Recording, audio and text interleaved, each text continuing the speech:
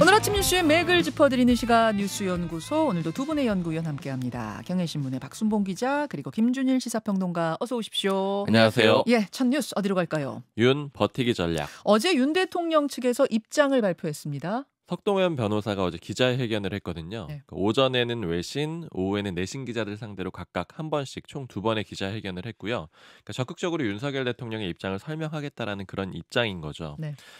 윤 대통령 입장을 요약을 해보면은 사실 지난 12일에도 윤 대통령이 대국민 담화에서 입장을 밝힌 적이 있었잖아요. 예. 그때 내용 요약해보면은 법적으로 문제 없고 야당 때문에 했고 내란도 아니다 이런 주장을 한 적이 있었는데 그 연장선이다 이렇게 보시면 될 것 같아요. 어제 나온 얘기를 크게 두 갈래로 요약을 해보면 첫 번째는 국회의원의 체포를 지시한 적이 없었다. 문 부수고 들어가서 끌어내려, 혹은 체포해, 이런 이야기 한 적 없다. 네, 그 석 변호사의 표현을 그대로 전해드리면 체포의 채자도 꺼낸 적이 없다고 했다. 윤 대통령이 그렇게 말했다라는 거고요.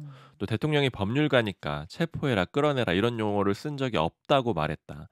그리고 여기다 덧붙였던 게 체포를 했다 안 했다 이런 걸 떠나가지고 체포하면 도대체 어디다 데려다 놓겠다라는 거냐. 뭐 여러 설들이 분분하지만 그런 생각을 하신 바가 없다 이렇게 선을 그었습니다. 과천의 지하 어디다가 내려놓는다 이런 이야기들이 있었었잖아요. 네. 근데 그런 설들은 분분하지만 그런 생각 한 적 없다라는 게 윤 대통령 측 입장. 그리고 두 번째는 내란이 아니다. 이게 두 번째 내용인데요.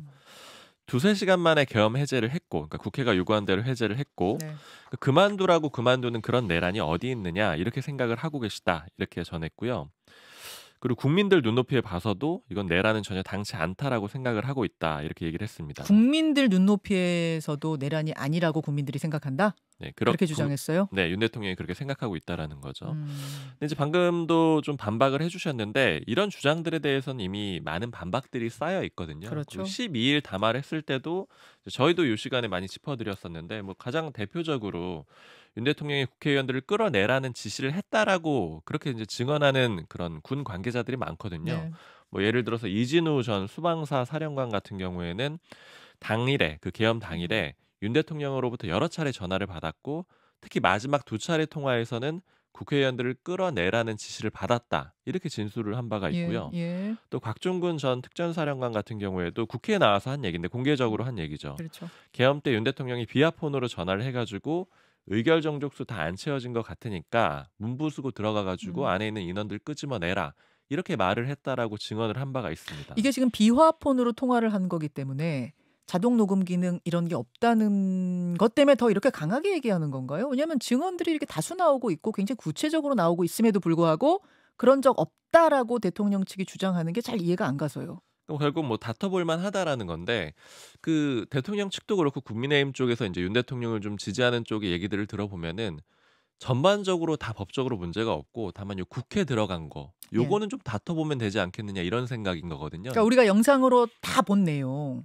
군인들이 국회에 침입한 모습, 그거 하나 정도 다퉈보면 되지 않겠냐. 다른 건 다 뭐 증언만 있는 것이지 어떤 물증이 없는 거 아니냐, 뭐 이런 거예요. 그렇죠. 그래서 특히 요 국회 문제에 대해서 적극적으로 해명을 한다. 이렇게 이제 해석을 해보시면 될 것 같아요. 예.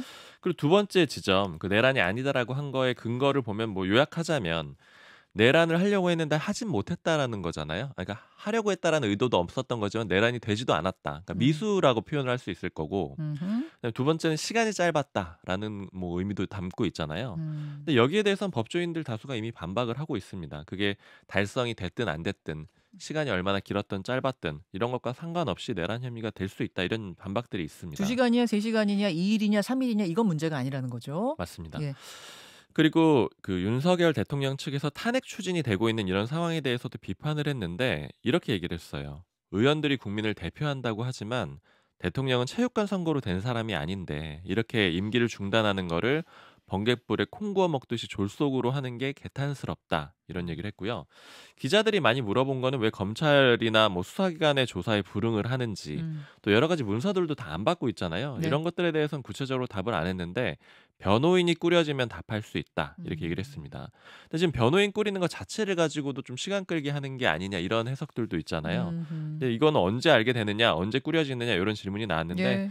구성이 되면은 뭐 여러분이 알 수 있게 그렇게 해 주실 거라고 생각을 한다. 이런 원론적인 얘기를 했습니다. 음. 그 윤 대통령이 직접 변론할 수 있다. 이런 관측들 많잖아요. 여기에 그렇죠. 대해서는 긍정적으로 얘기를 했는데 석 변호사가 필요한 단계가 되면 윤 대통령이 직접 주장할 의향이 있다. 이렇게 얘기를 했습니다. 어. 근데 이쭉 여태까지 이제 전반적으로 나오는 대응들을 요약을 해 보자면은 뭐 이미 예상이 된 거지만 "나는 죄가 없으니 싸워 보겠다."라는 게 한 측면이 있는 거고요. 그래서 이제 음. 법정 공방이 굉장히 치열해질 거고 예. 또 그에 앞서서 시간 끌기도 상당히 좀 지속이 될 걸로 보입니다. 음.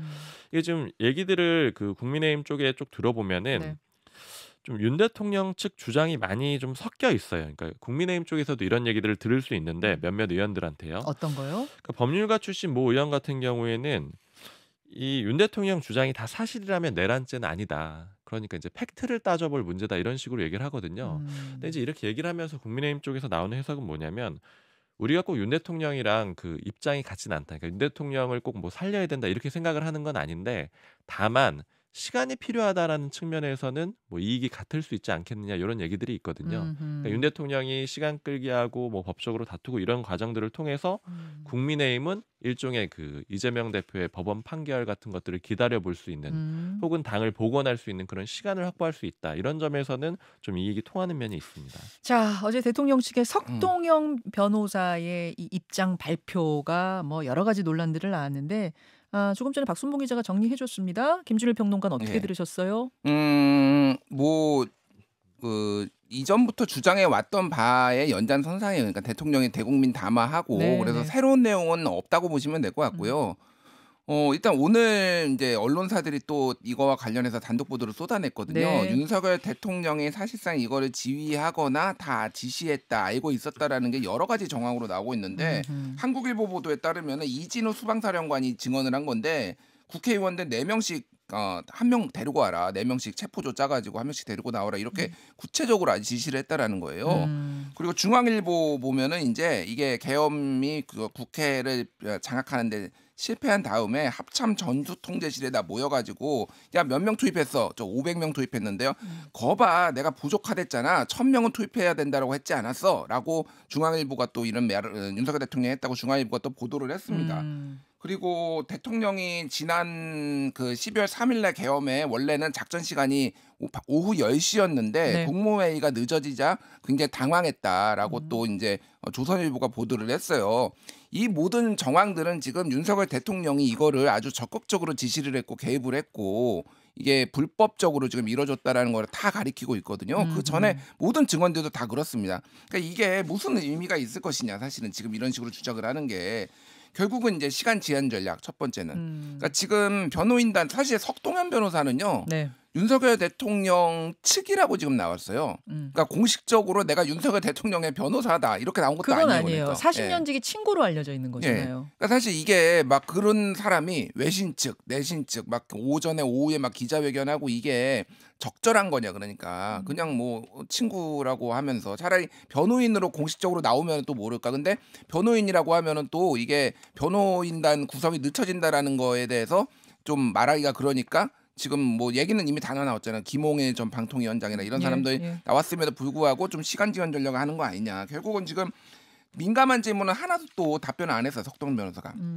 자기 주장만 하고 왜 헌재 우편물 수령 안 하냐, 공수처 네. 소환에 응할 거냐, 네. 비상계엄 선포 3시간 전 경찰청장 왜 불렀냐 이런 거는 하나도 안 하니까 일방적인 선전선동이었다. 그리고 이거는 지지층의 앞으로 이를테면 자기를 지지하는 지지층에 이런 식으로 변론을 해라. 다른 사람들하고 논쟁을 하려면 이 논리로 해라라고 얘기를 했다라는 게 좀 더 설득력 있는 것 같습니다. 자, 요 이야기들 자당의 초선 의원이죠.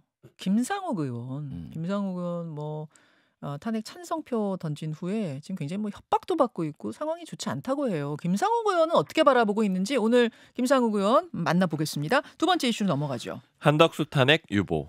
민주당이 한덕수 권한대행도 탄핵하는 방안을 검토를 했었는데 일단은 유보하기로 했다고요? 네. 원래 초기부터 탄핵안을 검토를 했었고요. 네. 그리고 특히 이제 기준점이 됐던 게 어제였습니다. 한덕수 권한대행이 취임 닷새였는데 그 거부권을 처음으로 행사를 했어요. 양곡관리법 포함해서 6개 정책 법안들이요. 네. 이 법안들에 대해서는 거부권 행사가 좀 유력하다 이런 얘기들이 나왔는데 실제로 거부권을 행사를 네. 했습니다. 의미를 두 가지 좀 짚어보자면은 네. 이제 대통령의 권한을 적극적으로 행사한 거예요. 이게 야당에서는 권한대행에게는 그럴 권한이 없다라고 주장을 해왔는데 음. 그럼에도 불구하고 행사를 한 거고요. 예. 그럼 그 연결선상에서 보면 이제 여야 간 줄타기를 쭉 해오다가 이번에는 여당 손을 들어줬다 이렇게 볼 수가 있습니다. 한대행이. 근데 야당은 당연히 강하게 반발했는데요. 그 음. 조승래 민주당의 수석 대변인이 어제 브리핑을 했는데 네. 내란 공범, 내란 대행으로 남으려고 하는가 이렇게 비판을 했고요. 어. 그리고 연결해서 좀 중요하게 봐야 되는 거는 신속한 수사와 헌법재판의 진행이 내란 사태를 종식시키는 핵심인데 이 두 가지를 다 방해하면은 돌이킬 수 없는 선택을 하게 될 거다 이렇게 얘기를 했습니다. 근데 이 이게 부분에 주목하신 네, 이유는요? 이게 왜 중요하냐면 이 두 가지 얘기한 건 결국엔 이제 특검 법안 얘기하는 거고요. 1월 1일인가요? 이 저 1월 결정을 해야 되는 1일까지예요. 게 네. 그죠. 한덕수 대행이 결정을 내려야 되는 게 김건희 특검법, 내란 특검법에 대해서는 1월 1일까지는 가타부타 결정을 내려야 되는 거예요. 네, 거부권 행사 여부를 예. 결정한다라는 거죠.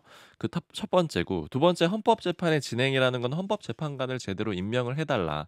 그 국회 추천목 3명을 임명을 해달라 이 얘기인 거거든요. 음. 근데 이 표현을 보면 이거 두 가지 방해하면 돌이킬 수 없는 선택을 하게 될 거다 이 말은 지금 바로 할 건 아니고 이것도 제대로 하지 않게 되면은 우리가 칼집에 지금 손을 갖다 댄 상태다. 이런 정도의 표현으로 볼 수 있잖아요. 그러니까 결국 탄핵안을 지금 하진 않을 건데 요거 두 개까지 제대로 안 하면 우리 탄핵할 거야. 요 예고기 때문에 그러네요. 그래서 이제 탄핵 그 유보가 된다. 이렇게 좀 이해를 하시면 될 것 예, 같아요. 예.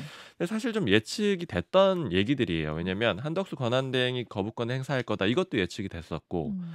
야당이 이렇게 여러 가지 강한 표현을 했지만 탄핵을 추진하진 않을 거다. 이것도 예측이 됐었거든요. 그랬어요, 사실. 이게 왜냐면은 저는 이제 어제 기사를 쓸 때 이 거부권 행사가 그 한 권한대행한테는 모의고사격이다 이렇게 표현을 했었는데 모의고사. 네, 왜냐면 이번에 하더라도 네. 탄핵안이 바로 추진되는 건 아니기 때문에 그런데 이 대표적으로 여러 가지 이유들이 있는데 야당 입장에서는 일단 아까 그 스스로 대변인 음. 브리핑에서 나온 듯이 더 중요한 문제들이 있는 거죠. 특검법 처리하고 헌법재판관 임명 이게 더 중요하고요.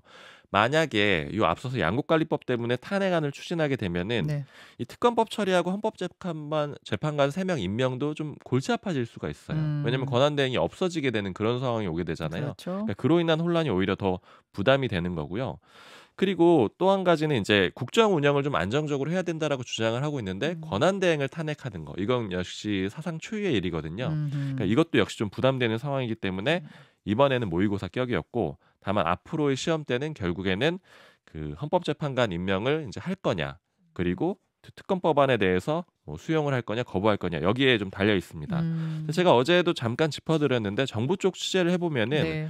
이 정책 법안들하고 특검 법안을 꼭 연계해서 그렇게 판단하지는 말아달라는 얘기들이 나오고 있거든요. 그러니까 정책 법안 거부권 썼다고 특검 법안도 거부권 쓴다 그렇게 예단하지 말아달라는 네. 거죠? 그래서 아직은 열려 있는 상태, 즉 수용할 가능성도 충분히 있는 상태입니다. 알겠습니다. 김준일 평론가. 예. 어느 부분 주목하셨어요? 일단 여론조사 하나 좀 소개시켜 드릴게요. 엠브레인 퍼블릭, 케이스텐 리서치, 코리아 리서치, 한국 리서치 4개 여론조사가 전국 지표조사라고 하죠. 격주로 하는 거 12월 3주차 조사를 했는데요. 만 18세 이상 1,002명 대상으로 16일부터 사흘간 조사를 했습니다. 탄핵이 잘 됐다 아니면 잘못됐다 이거를 물어봤는데요. 잘 됐다가 78%, 음흠. 잘못된 결정이 18%. 그러니까 이거는 거의 이제 압도적으로 한 8대 2 정도로 국민들이 이제 잘 됐다라고 보는데 특히 대구 경북 지역에서도 잘 됐다가 69, 잘못됐다가 25예요. 그러니까 이제 여기가 소위 말하는 국민의힘의 조금 좀 본거지 같은 데잖아요. 그러니까 국민의힘이 좀 신경을 많이 지지세가 들어오는 강한. 지지세가 강한 이런 데인데 그러니까 국민의힘은 도대체 누구를 보고 정치하고 있냐 그러면은 지금 탄핵 뭐 잘못했다고 찬성파 지금 색출해야 된다라고 하고 막 지금 대혼돈을 겪고 있는데 그러니까 이런 지금 여론이 압도적으로도 좀 나오고 있고 탄핵 심판의 예상 조사에서는 파면될 것이다 73, 뭐 복귀할 것이다 21 정도니까 이것도 비슷해요 사실. 이건 예상이니까 국민들. 그러니까 이거는 바람이 좀 들어갔다라고 보면 될 것 같고 중요한 게 빨리 결정해야 된다 68, 충분한 시간을 보고 결정해야 된다 30 이거예요. 그러니까 요거는 탄핵에 내가 찬성은 했지만은 시간은 충분히 줘야 된다. 이거는 이재명 대표의 뭐 사법 리스크라든지 이런 것들을 다 고려를 해서 보수층에서 응답이 높았다라고 보면 될 것 같고 네. 지금 좀 별도로 얘기를 하면 건진법사 잠시만요. 예. 그 이야기 하시기 전에 조금 전에 소개해 주신 그 여론조사는 전화 면접 조사 방식이었고 음. 자세한 내용은 중앙선거 여론조사심의위원회 홈페이지 참고하시면 되겠습니다. 이어가시죠. 예.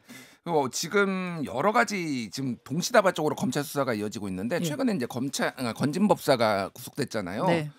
그런 구속영장 기각됐습니다. 구속 네. 체포 영장이 예. 발부만 됐죠. 발부만 되고 예.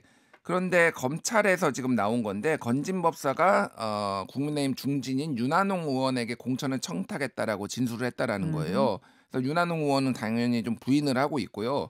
그래서 지금 얘기가 나오는 게 이게 명태균 씨 쪽에 지금 이름이 언급되는 사람들 있잖아요. 네. 그 사람들하고 별도의 다른 중진들 여러 명이 지금 이쪽에 걸려 있다라는 거예요. 그리고 어제 MBC 보도에 따르면은 명태균 씨 그게 음성 파일 중에서 민주당이 공개한 거 있잖아요. 네. 김영선 좀 해줘라. 예. 당이 말이 많네 그거요. 당이 말이 많네. 그거가 이제 민주당 일부분을 공개했는데 그거를 전체 파일을 지금 음성 파일을 확보를 했다. 민주당이 아니라 검찰이.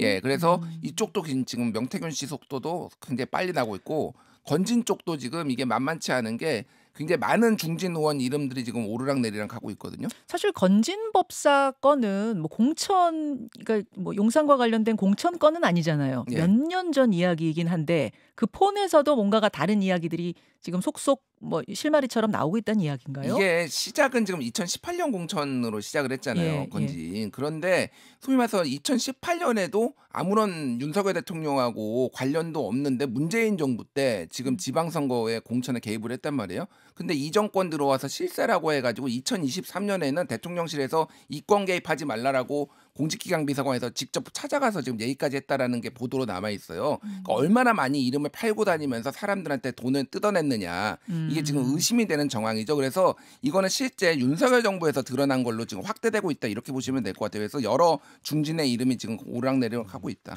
예. 그러니까 지금 국민의힘 그 외부적으로 안 좋은 변수들을 얘기를 해주셨는데 내부 상황도 굉장히 많이 안 좋은 게 특히 기자 입장에서 봐서도 굉장히 이례적이라는 생각이 많이 들었던 게 일단 그 계엄 당일에 네. 그 의원들 텔레그램 방이 일부 노출이 된 다음에 전문이 또 공개가 됐잖아요. 공개가 됐어요. 그리고 어제는 또 이례적이었던 게 뭐가 있었냐면 한 번도 본 적이 없는 내용인데 의원총회의 상황을 녹음한 게 그 방송사에 이제 건네져 가지고 틀어졌거든요. 어떤 의원총회냐면은 탄핵이 가결된 직후에 국민의힘 의원총회, 여러 뭐 물병이 날아왔다, 어쨌다 그 의원총회 있죠.